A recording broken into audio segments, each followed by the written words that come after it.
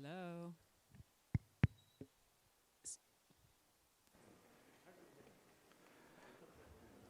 Hello, everyone. 안녕하세요. Hey, can you come down here? You can even be in the front row. Yeah, front row. Yeah. And if we sit, I'm just looking at the stage. Can you see in the back? I think maybe we should be in a chair.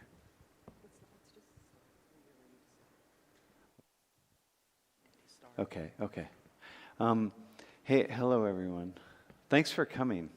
And yeah, awesome. We thought instead of having a big gathering, we thought we would have just a small conversation and have lunch. So, did you get lunch, by the way? Okay, good. This isn't the best place for a conversation, right, with these kinds of chairs, but we want to make it feel like a conversation. So we're going to do our best. That's why we think we're sitting here. Yes, that's why we are sitting. And we will speak a little more slowly for those of you who's English, who need a little help with English, okay? How is that? Okay, awesome. If you need a translation, please just let us know, and someone will help us with that. Yeah. Okay? Is it good? But everyone can understand? We're good? Okay, awesome. Hey, so, wait. You introduced me, I introduce you? Okay, this is Laurie Mulvey, Dr. Laurie Mulvey. I'm going to be interviewing her at 3 o'clock. We're doing a talk on building coalitions and agreements with our opponents. You know? And so this is the work that Laurie does. And so I'll get a chance to interview her and listen to what she has to say, and I'll say a few things also. But today, Laurie is going to introduce me. Or interview me. Yeah, you. Okay. Yeah. Sam Richards, Professor Sam, loves to teach. I've always known him as a teacher. He doesn't write books, but he'll tell you how this came about, that he wrote a book here only in Korean without speaking Korean. Yeah. He'll tell you how that went and why. So why don't we start there? How did this book come about? Yeah. Okay, let's start there. In the meantime, Loki, can you come down for a second? I have something to, yeah. So the book, different publishers have asked me if I...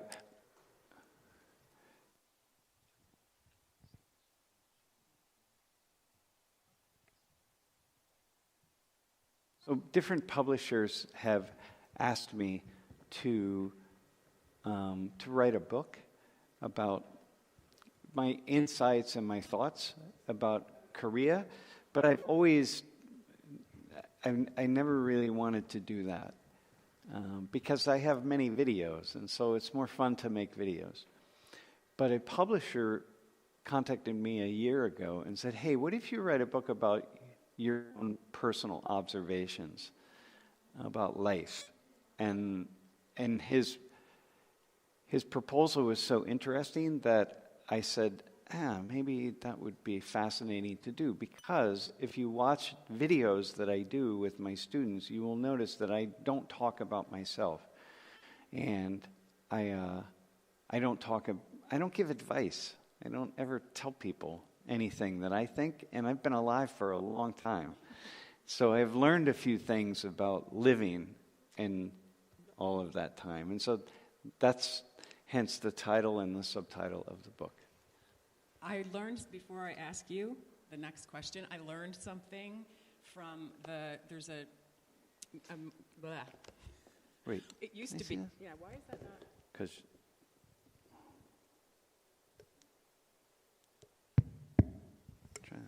So I learned last night, I was reading an article in The Atlantic, something I just subscribed to, and it tells about research where as people age, actually quite early in their careers, maybe in their 40s. I know you all are not there yet, most of you, but maybe in their 40s, we can actually see some kind of decline in their ability, right? The peak of their work is probably in their late 40s. But the one thing that actually seems to get better as we age into our 80s is the acquisition of wisdom and the ability to teach people through that wisdom, because you're on the planet for a long time. And so if you have the opportunity to do that and that be part of your career, that's actually quite optimistic. And so your book in some way is part of that, getting older and learning some things about this crazy world that we live in.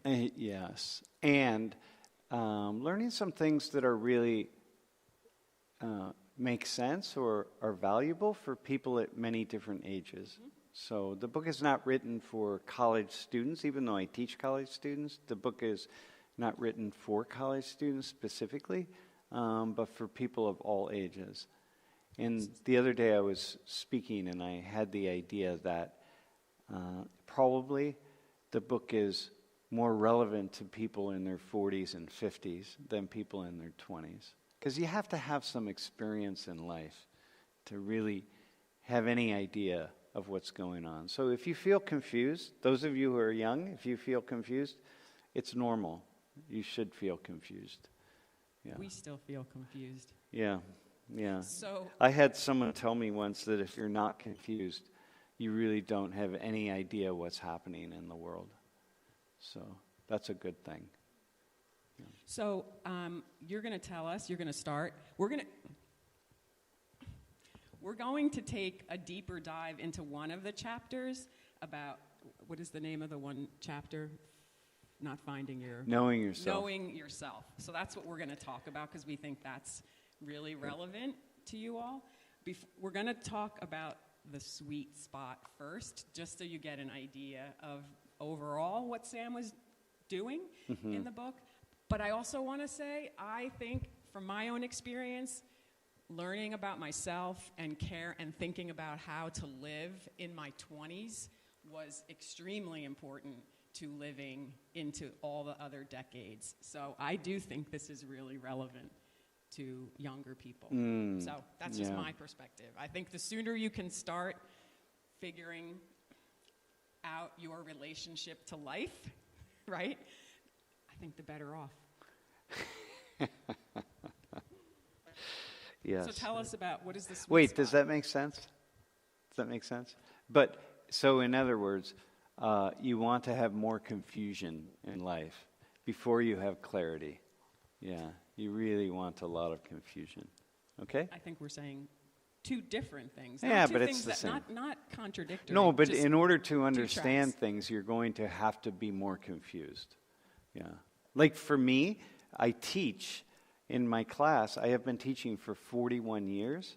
So you think teaching about sociology for 41 years, I would have an understanding of sociology. And I think I actually understand less about sociology now than when I was young, when I first started teaching, because I had the idea that maybe that was, I thought I knew, but I didn't. Okay, but let's go to the sweet spot. Why don't you start with that metaphor, because I think that's the best way you have described it so far. And don't worry about the technology. No, I got you. All right. Can you see? I feel like you're distracted You know by it. when you watch my videos, I drive my main producer. His name is Jeff. I drive him crazy, and Darnisha, she's the one who runs the live stream, crazy because I'm always thinking about the technology. Okay, so listen. There's a. Do you know like a hurricane or a typhoon? You know, it's like spins in circles. But in the center is always calm. So the wind is spinning and spinning, but the center is calm. So sometimes if a hurricane comes through an area, it will be winds and rain for 3, 4, or 5 hours, and then it gets really calm. But then you know it's going to happen again, okay? So when I was younger, all throughout my life, I had the idea that I wanted to be in the calm, the place where I wasn't worried about lots of things, and I wasn't nervous about things, or I just everything ran smoothly. I was very accepting of how life was happening around me. Wait, you wanted to be that, or you were that? I wanted to be that, but in fact, because I was in a place of growth and change constantly, and I was trying new things, I was always, the road was very uneven, and I was always constantly struggling about how to put myself in a place of calm, okay? And what was happening was that, I was just coming up against the forces of life, which is just part of living, Like we want to be calm, and we ask ourselves, why isn't everything working out? Why doesn't everything just make sense? Why can't I get this figured out? Because we have moments when everything feels really good and everything feels really calm. And so in those moments, we think, okay, I should be able to stay here. I want to be in this place forever. But then an hour later or a day later, it's another crazy series of events. So I used to think that I could, if I just figured everything out, I would be able to get to a place of permanent calm, like just a real steady place, okay? And, but only about 10 years ago, maybe in the past 10 years, did I start to realize that I was never going to be in a permanent place of calm and relaxation, okay? That I was never going to be in a place where things would just work out and it would be okay, and I wouldn't be, because I had everything figured out, all the things that I had to figure out. And what I realized was that, it's not about being in a permanent calm place. It's about readjusting or recentering when I come up against that hurricane. Like I'm in the center of the winds are circling around me constantly, and I bounce up against one side and I bounce up against another, and I'm thrown around. And these things could just be like my just thoughts, just whatever, things I'm trying to figure out, like how to make sense of my class, or how to, anything, whatever, it doesn't matter. There are a million things. It's life, right? But what I figured out was, the sweet spot of life is not being in a permanent calm space. The sweet spot is readjusting, and readjusting constantly so that we don't even know that we're readjusting. Like, so now so now Laurie's laughing at, what are you laughing at? I'm laughing at the fact that you focus on doing it without even knowing it. Yeah. And I focus on your ability to step back into I'm focusing on the process. Okay, the focusing process, on yeah. the speed of it. Yeah. Does that make so? Sam is like, if you do this and you don't even think about it because it happens so quickly, that's the sweet spot. I don't even know what my own book is about. No. So here we go. That's not what I'm saying. I'm saying I observe you. It's true. What I observe in Sam, always actually have seen this in you. Yeah. But I think you are now realizing it, Keep putting going. it into words. Just keep going. I have to get something. Is this a tech thing? No. Okay. It is, but is that ability to be encountering the hurricane, realize you're encountering the hurricane, and step back into that calm within yourself. It's all about an internal calm. Identifying that place in yourself that's internal and finding a way when something's happening, there's tension, there's static, you're frustrated, you can't get what you want, obstacles. Let me step back into that calm. reset, rebalance. That's what Hold the mic. That's what you're always talking about, or that's what you're always doing. Mm-hmm. I see it, especially Sam will encounter me, the hurricane, at certain points, right? And I see him like, I want to argue this, I want to fight this, and I do, and I watch him go. Very smoothly. Yeah. Sometimes it's smooth, sometimes it's not smooth. But Yeah. But I think the bigger point of your book is that you're showing all these different places where that struggle, that tension has occurred. Yeah. There are an infinite number of places, but you've picked out some. We've picked out 9 areas of life, different things that we all encounter, that we all work with. So it's really my thoughts about, curiosity and, my thoughts about confidence and knowing oneself and changing one's path, which is really important for people who are younger or people who are here in Korea in particular, people who are in like their 30s and 40s.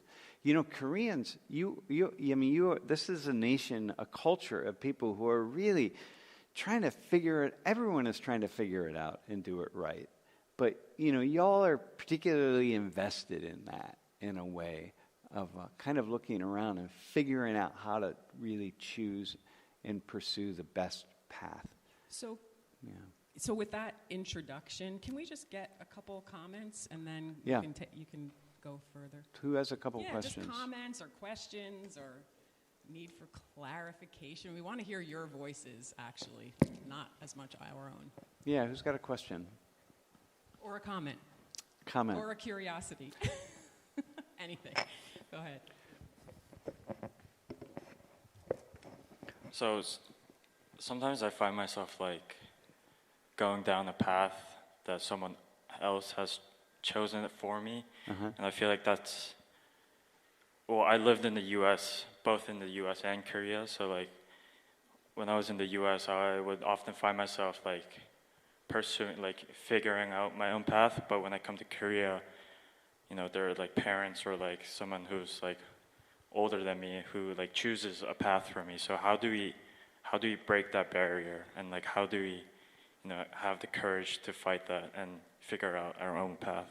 Yeah, You already said courage, right? Yeah. So have you taken a step that you feel was courageous already? Can we just get him to answer that first? Have you done that, like at least one small step? Yeah, I think one of the steps that I've taken was transferring to Konkuk University. So, I went to Penn State for 2 years, and I really didn't like computer science. I studied computer science there, but I struggled. So I came back to Korea, and I had a little bit of time to figure out like what I wanted to do. Like, so yeah, I guess like the whole transfer process was kind of my own personal, how do I say, choice. Yeah, and making my own path. So hold that, because that's it, and that keeps happening over and over and over again in life, right? Those small moments where you have to make a decision, right? And when you have make really big decisions like that, there's a lot of opportunity for judgment and questioning. Is this the right thing? It's not like you start at Konkuk, let's say, and you change your major from computer science to engineering, right? That's a small change. But, you start in a different country, and then you win one major, and then you come to another country, another university, and change your major. It's like, oh, man. There's so many opportunities to question yourself, to, like, wonder, am I doing it right? Am I, that's a big challenge. Yeah. So I have a thought. Yeah, sorry. But I have more to say, but I want to hear from somebody else. Yeah. Thanks for starting. Who else? Just someone comments, else. build on that, or something you're thinking about or you want to think about with us? Yeah. You know how You we have just, something. Don't you? You have some? Don't you have a question? a comment? I was watching your eyes as we. What's interesting is speakers so for me as a teacher, I'm always, even though I teach this big, massive class, I'm always watching individual students, and I'm always aware when something gets said and they go, something happens. It's like we don't even notice it ourselves, but you really see it if you pay attention to people. So a couple times I noticed you went like that, which means you heard something. Can I say something? Yeah, can you? Yeah, please. Hello, my name is Yejun Kim, and PhD student in Konkuk. And actually, I entered the Konkuk University 20 years ago, and I'm almost 40 in Korean age. And when I was very young, I had a lot of opportunities to choose my career. So, as a very young girl, I had a lot talented in music, especially piano and violin. And luckily, I also had a great scores in academic field. And after I entered electrical engineering, my undergraduate program, and after hard time to get a job, so I changed my major, business, and after graduate, I had a lot of changes in my career, banking industry. So I learned a lot of personal experience. There is a limitation of life, and I have to choose. And even though it's not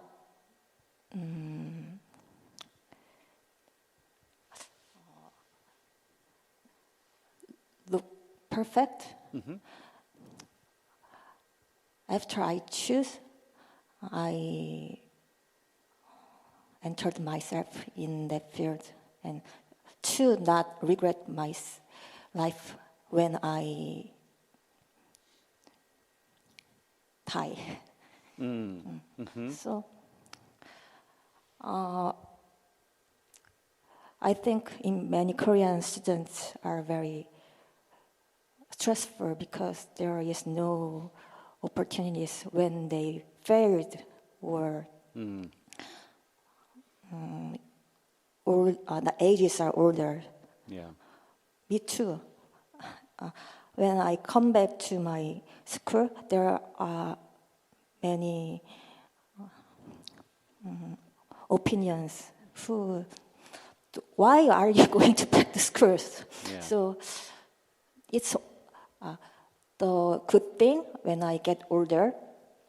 It's my opinion has certainty. Yeah. Yeah.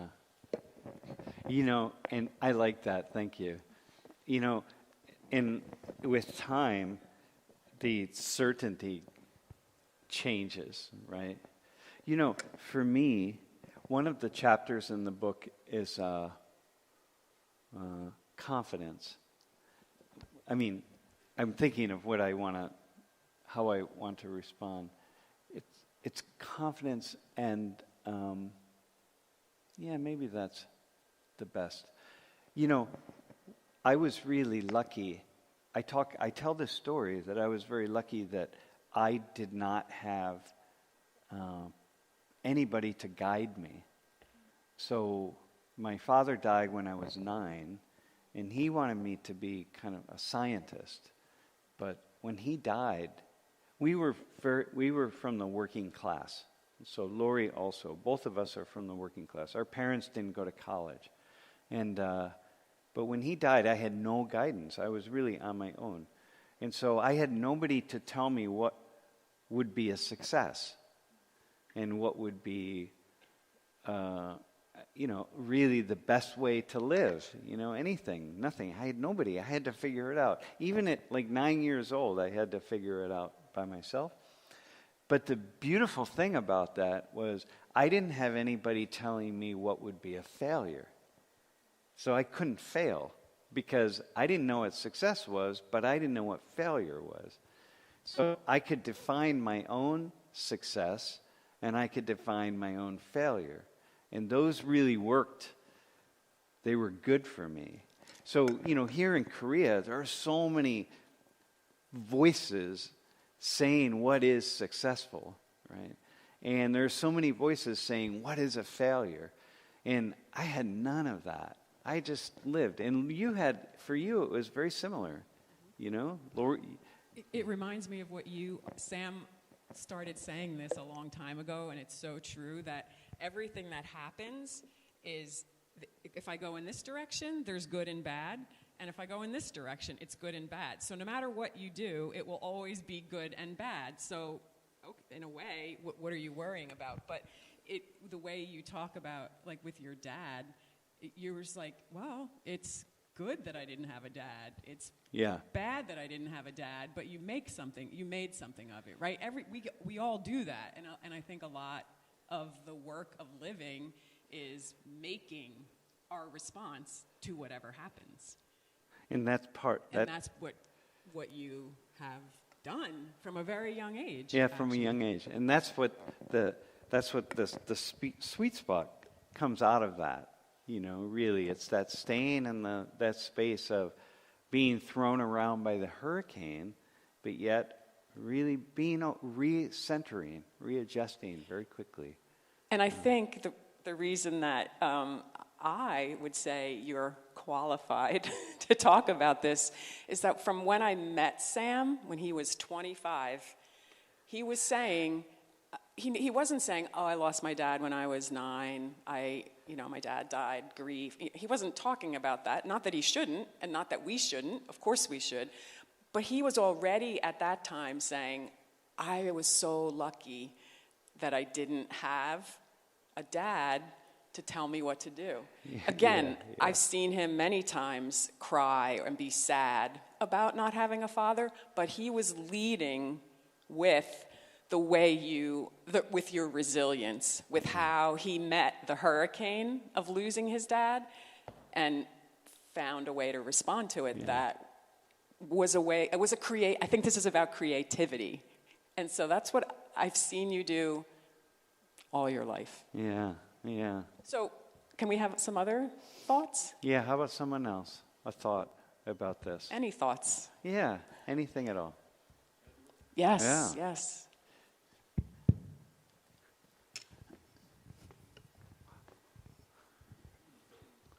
Yeah, actually, what I wonder is just small thing. Yeah, because in the middle of your in early, so before that.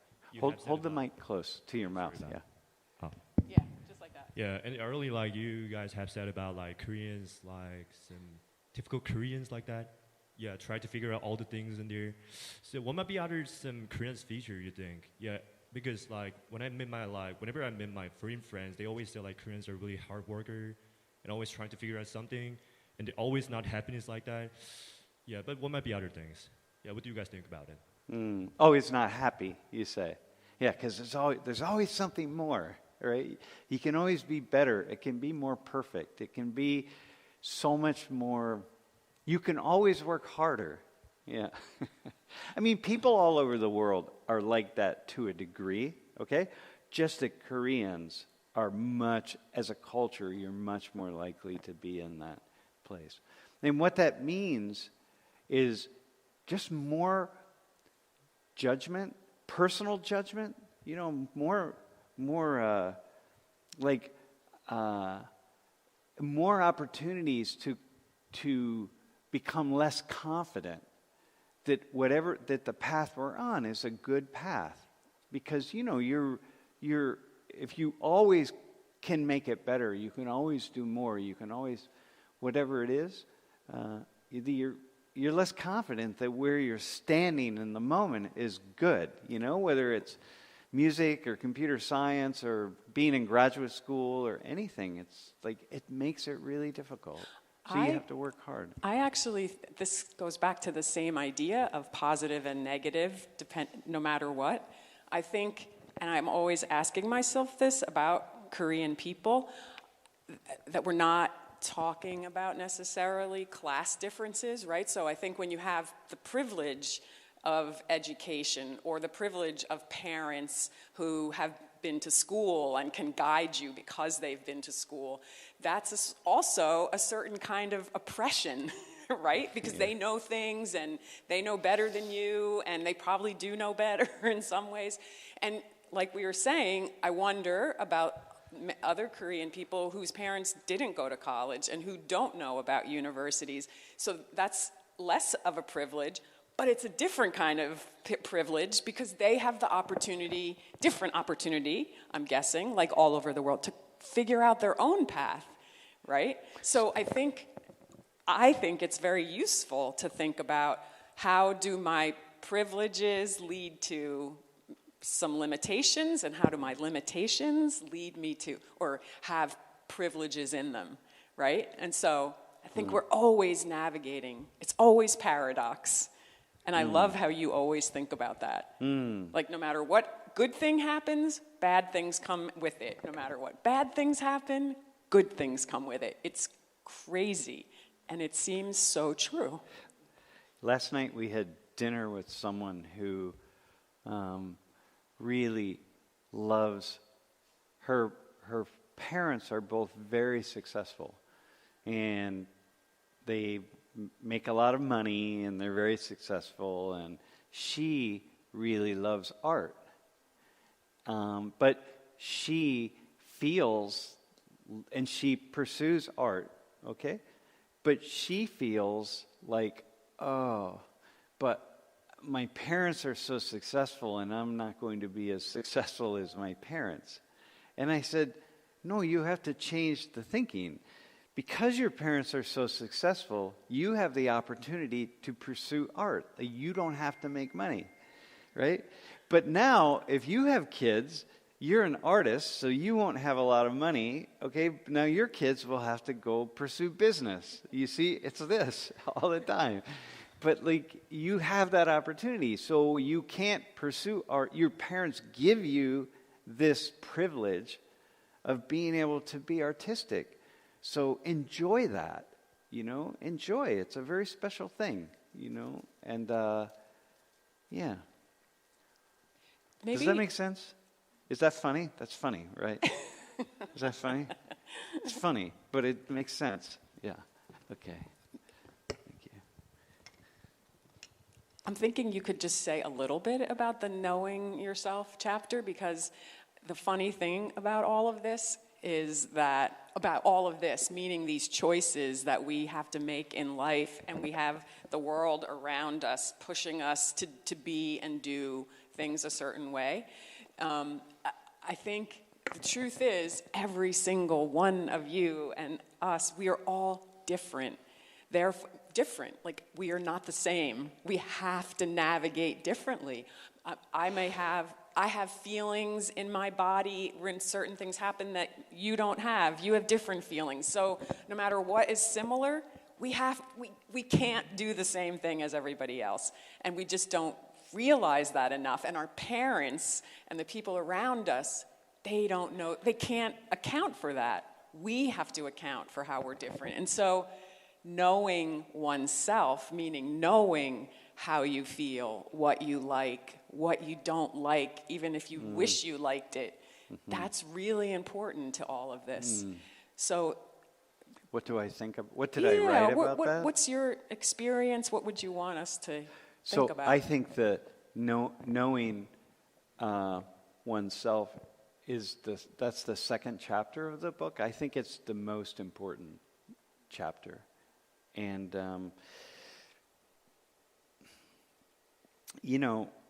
the thing in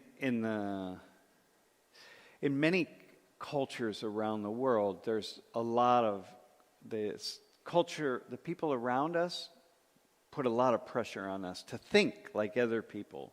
That's what culture is. That's what culture is. That's the job of culture. That's the job of culture. To make us like each other. And in Korea, there's a lot of agreement about what people should be thinking. In our culture, there's a lot of disagreement about what people should be thinking. And so it's a lot easier to pursue an like your own unique individual path and find people around you who will accept that path. Here in Korea, it's just a little more difficult to do that. But everything at this stage in life, when you get to our age, you really have to know who you are. Like, you really have to. Well, hang on. You don't have to, but it really helps to have a good idea of who you are. And if you don't, when you get to the age when you're getting ready to die, which is kind of me, I'm getting ready to die. You're not getting ready to die. Well, compared to most of you. Statistically, it'll happen sooner. Well, yeah, I'm getting on an airplane in a couple days, Well, so it's maybe true, too. I will die. I actually had a dream this morning about I was on an airplane crash, but it was really cool. The airplane crashed, but it was a good crash. Sam told the pilot what to do. I told the pilot what to do, and he figured it out, and it was all good. See, even I'm thinking about technology here, but I'm also thinking about flying airplanes. So that's Exactly. what I do. Okay, so when I was 26, 27, up until 27, I did not know myself. So, I had done a lot of things. I had a really interesting life, but I didn't know myself. I didn't know who I was. Like, if you asked me to talk about myself, I would not have been able to say very much. And you also said you wouldn't ever want to do that I would never formally. I would never go to a therapist. I would never go to counseling. I wouldn't do those things because, I felt like I was really healthy mentally, So when I was 27, I wanted to join a group. In this group of people were talking about being a man. They were men talking about being a man, like what it really means to be a man. And I thought, that would be really interesting to be part of that group, just to have once a week have a conversation about masculinity and being a man and all that. And the person said, okay, well, you could do that, but first you have to have some individual counseling or therapy sessions, okay? Like psychotherapy. And I thought, oh, okay.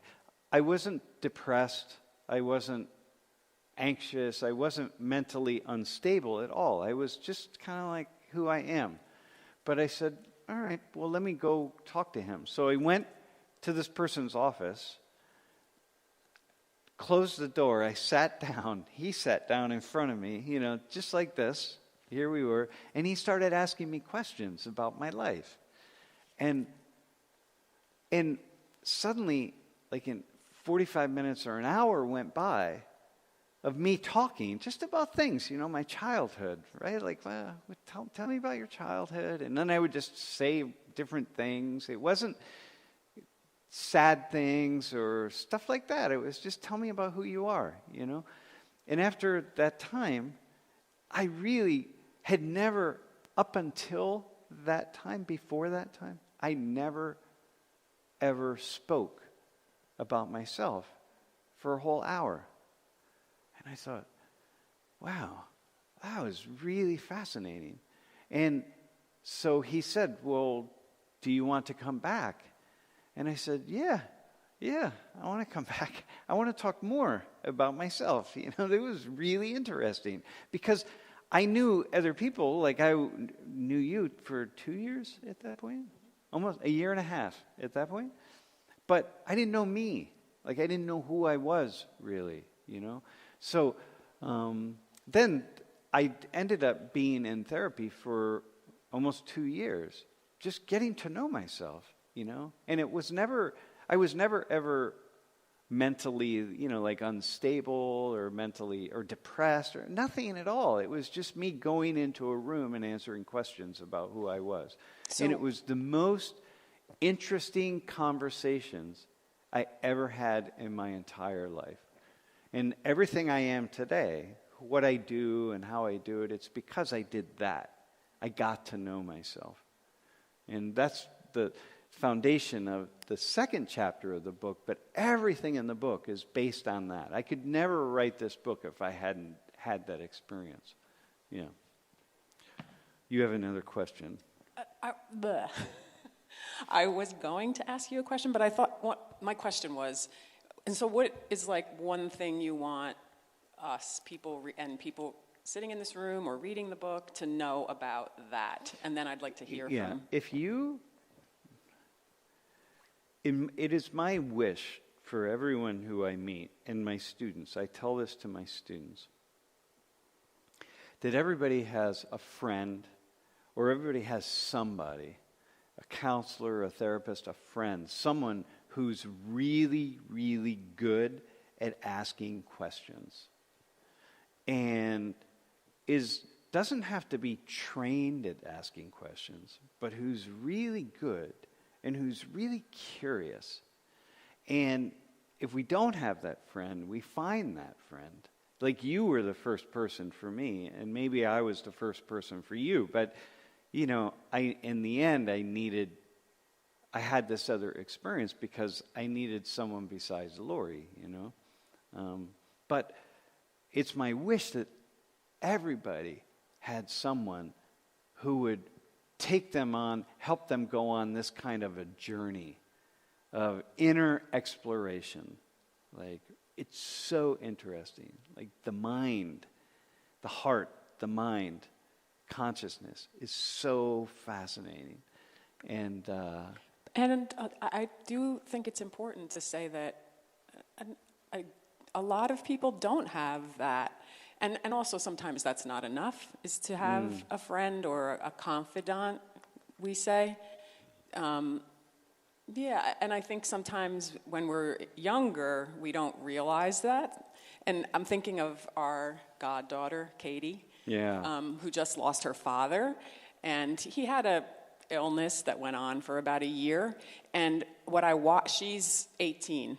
And we watched her only be with people, and there actually is just one or two people who would ask her about her dad and listen to her. Yeah. And what she realized was that most of her friends were friends, but they weren't that. It was a crisis for her, but it showed her that she needed people to listen, and she needed people to be curious about her.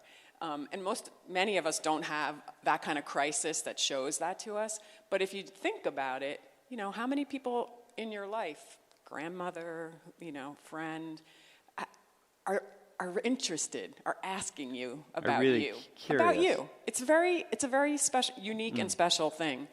And interestingly enough, curiosity is the first chapter of the book. Just being. And that's also what builds relationships, right? If you're we can have friends that we just play soccer with or, play music with or whatever, but it's a different thing. It changes everything when there's someone who really can allow you to express things and hear yourself, right? Yeah. And to what degree do you know the people around you in that way too? Okay, final comment, and then we will pass the mic around. If you think about all the time we spend studying, think about all the time you spend studying. Like you had to study for the Sunin exam, the CSAT, all the time. Those of you who went to Hagwons, I assume most of you did at some level. But we don't study ourselves. We don't study ourselves. It's like how strange it's a very strange thing. Yeah, it's very strange. And we're the most interesting people in our own lives. Well, we are, whether we know it or not. No, we have the potential to be the most interesting people in our own lives. We might be the most boring, but we have the potential to be the most interesting. So. And one thing that I found is that when I realized that, I don't really like doing this thing, even though all these people around me seem to like it and I'm supposed to like it, just knowing in myself that this isn't really my thing helps, because I don't have to pretend to myself You mean like sitting here? Like you would never choose to be here. Yeah, but this sitting isn't here. a good example. Oh, well, this is a different conversation. Yeah, no, but yeah. No. Yeah, okay. Yeah. No, because I drag you into things. Yeah, but that just goes in a different direction. Yeah, okay, I got you. Okay. But it could be that, like, here's a party and everybody's at it. And I'm like, I'd rather just be sitting here having a real nice conversation with this one person, just knowing that I don't have to pretend to myself. And that makes a big difference. So, comments, thoughts? Yeah. Okay, a thought. Who has a thought? Yeah.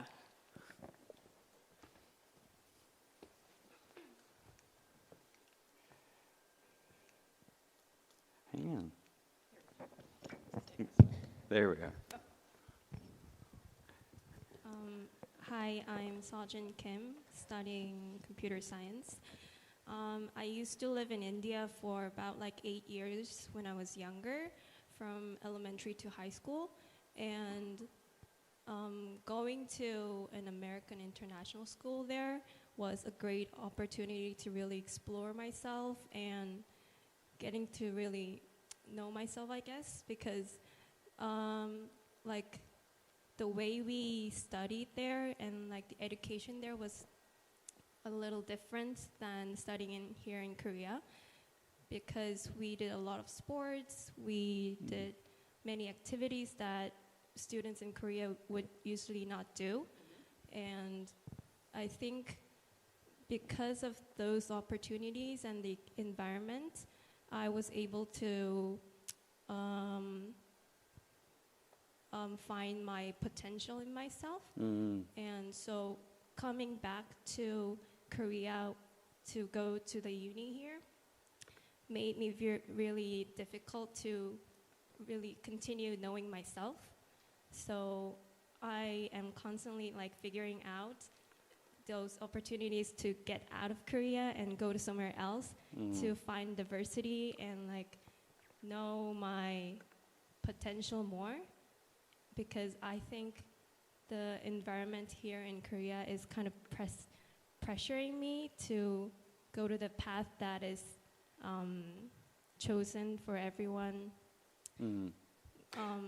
Yeah.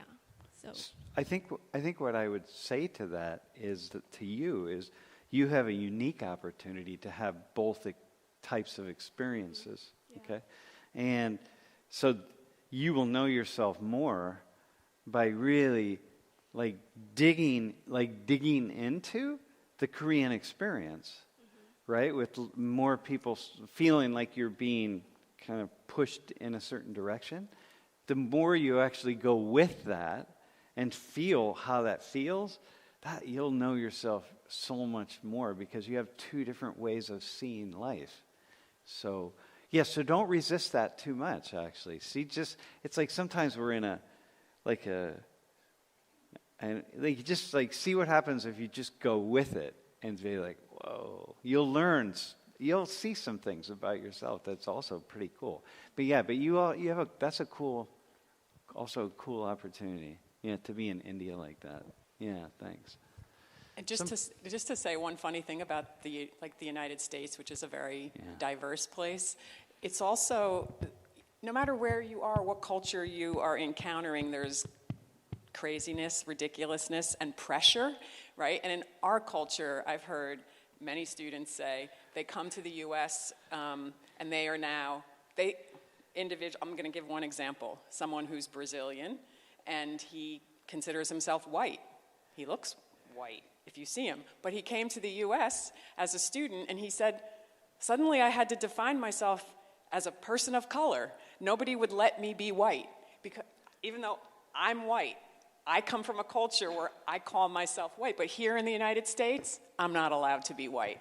And so it's a very interesting where it is that the culture presses you to be the thing that the culture needs you to be. And we always know that we're different than what the culture tells us, if you know yourself, right? So you're already thinking about that stuff, and that's cool. Yeah, that's cool. Somebody else. What else do you... Hang on, someone who hasn't spoken yet. Who's got something? Come on. Sam's just going to give someone the mic. Yeah. No, really, just a Everybody has thought. something. A thought. And knowing yourself, you have something, right? No? She Oh, said you sure. look like you. Oh, you do? Oh, yeah. Okay, good. I felt like you did. I felt like you were just really ready to. No, we know that everyone has something. Yeah, everyone has something to say. Anything you want to say? Well, it might overlap with what everyone said, but What are you thinking about as you listen to this? right now I'm a senior in Konkuk University, and I'm living with my sister because my parents are away in a different country. And since it is my senior year, I am putting in my resume, and in that process, it is making me very unstable how I don't have my parents around, just physically, even though I talk to them every day or I try to communicate with them. And when that unstableness comes to me, it's really hard for me to fight to know myself better, and also, oh no, it really makes me unstable. So I'm not sure how I should manage that and how I should find my way when I have that unstableness with me. I wanted to ask. I think what you're saying is you are learning the importance of your parents in your life, or at least whatever the nature of that relationship is. That's important to you. That is a stabilizing factor for you, and that's really important self-knowledge, right? So just you saying you're in the struggle that you're in, that's a lot of self-knowledge, right?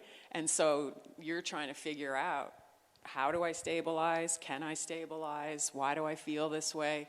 That's really, really important. So knowing yourself doesn't mean it feels good. A lot of times the way we learn is when we are in a different culture, right? Or in the one that we're supposed to be familiar with, or having an experience that everyone seems to be having this, but for me, it's something else, right? That's the gift. There's a gift in that, but it doesn't feel good. And I think it's really, really valuable that you said that, because that's what it's like to start to know yourself. And thankfully, you at least can talk to your parents, but you know that you're on the journey. You're on it. You're in it. When we were your age, like when I lived abroad, when I was your age, we didn't have a way to communicate, you know. I mean, just a telephone, but it was so expensive, you know. So I never communicated with my family. I was really lost. I didn't leave my parents' house till I was 25. I stayed at home when I went to college, when I did my master's. So for me, you'd be so much braver than me. So anyway, yeah, and that's the thing. We all have to feel what's true for us. And who knows when things come up that destabilize us for different reasons. So you're in a really potent, important time of your life. And you'll get through it, and you'll be like, whew, now I know this. Do you have a question? Yeah. Just say what you're thinking. Okay. Hi, I'm Younghun. So this time we are talking about our conversation is about our past, life past. So I think someone asked me to you find your past. I will say yes, because the start is 2022. I was the normal student in Konkuk University. Just my friends is getting to graduation, getting a job. So I will do that too. But one day my parents said, "How about going to exchange student?" But I said, "Mom, I'm already old. My friends are already getting a job. So I think I should follow the path what my friends do." But my parents said, just the one chance. It's only chance in university. So then I think, okay, I will get it. But I'm really scared to go to exchange student because I don't want to speak English and I'm not good at it. So to make some friends with foreigners, never. But so I something like that. I prepare a lot for that exchange program, but still nervous, still terrified. But last year I registered the program you guys do it, the Penn State program last year, then changed everything. before that, I started coming to your class. I really nervous. So this is the first time to make foreigner friends. So I have to speak English really, really good. But you guys really, the meme like you guys are really chill guy. So everything was fine. So that's pretty good. Then after that, I have a really good image of going to the exchange student, and I really enjoyed the exchange student program. Actually, my exchange student was not special, but going to the U.S., the really meeting diversity friends. So I think that I find what I'm good at, what I like it. So I don't think that this exchange program cannot make me getting a job from it, but at least I think I find what I like it. I think at least what I'm good at it. So I think I find my path through Definitely. the program. Thank you. And I love how Yeah, cool. you're talking about how one step you couldn't do the thing that even your parents were like, do this, but you did something that was your way, even though that made you nervous, and then it allowed other things to happen. It's just so cool because you have to be patient with yourself, right? Because lots of people would have forced themselves, right? Because you think you have to. And knowing yourself, I'm afraid, I can't do that. But then, that's such a good story. Yeah. And Yeah, as that's a people nice who story. hire people all the time, because people work for us, what you're saying, we would see that in you, and it would actually help you in your work. So it all fits. Yeah. Hey, it's 1:00. Why don't we officially end? And by the way, if you're watching the stream, we're going to come back in 2 hours. But if you're on the East Coast of the U.S., you're probably going to be asleep. But Laurie's going to we're going to have a different conversation at 3:00 here, Korea time. Yeah, so we'll pause, and if anybody wants to stay and talk, we will do that, right? And if you came in late and you didn't get lunch, make sure you get lunch. Yeah. And Thanks. we can stay. We'll just stay and keep talking. Thanks for joining us. Yeah. Appreciate it. Yeah, thank you.